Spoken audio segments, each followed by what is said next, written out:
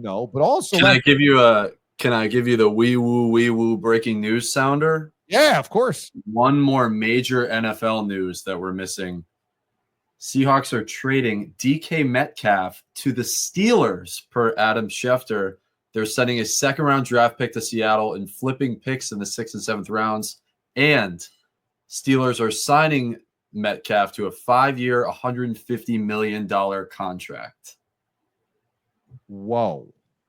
Boom. Holy cow. Wow. This has been an unbelievable weekend in NFL news, has it not? DK to the Steelers. My initial reaction is I'm very surprised.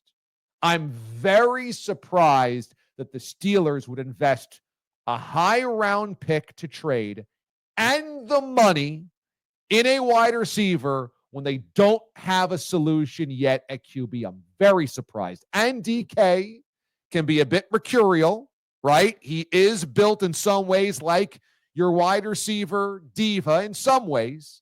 Now, he's incredibly productive, but we have seen some tendencies of, I want to get paid, I want the ball more, etc. That usually doesn't fly great in Pittsburgh. So I'm surprised. Now, look, DK definitely makes that offense better.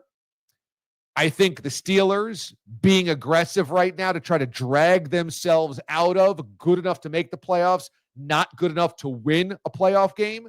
This is the type of move you make, but it really doesn't mean much until you have the quarterback solution. And Russell Wilson, Justin Fields, or any of the other guys you've had come through there, Kenny Pickett, etc., Mason Rudolph, those guys, even with a wide receiver like DK Metcalf, who certainly helps make the quarterback better, none of those guys are the types of guys that gets the Steelers back to the Super Bowl. So I'm surprised. I'm surprised that this is where they're going all in, because I'd say, all right, you got to solve quarterback first and foremost. You got to make sure you have the money to solve quarterback. And if you're still trying to get by paying a quarterback 75 cents of the dollar, by getting a guy that's a little under the radar, by getting a guy that's a little broken goods, by getting a guy that might be, maybe just needs another chance somewhere, you're just still not truly going for it. You can pay TJ Watt all the money that you want, DK Metcalf all the money that you want, etc.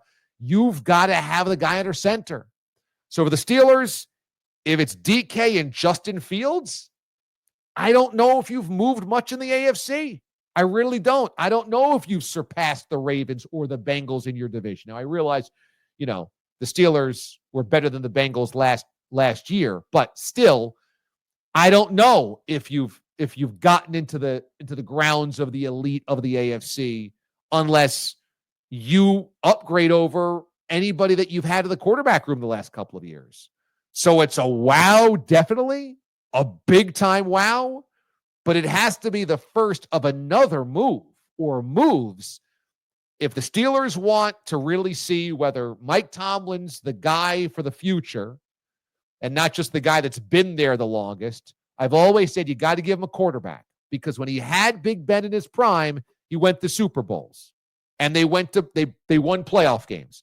Since Big Ben started deteriorating, and then they've gone through the poo-poo platter of QBs after that, they've fallen on hard times. They can't win a playoff game. But what is it? Does Mike Tomlin, is it just that he had the benefit of all the Bill Cowher guys that he inherited? Or is he actually a really good coach that can win Super Bowls? You just got to give him a decent quarterback. We don't really know. You got to make sure the QB is right.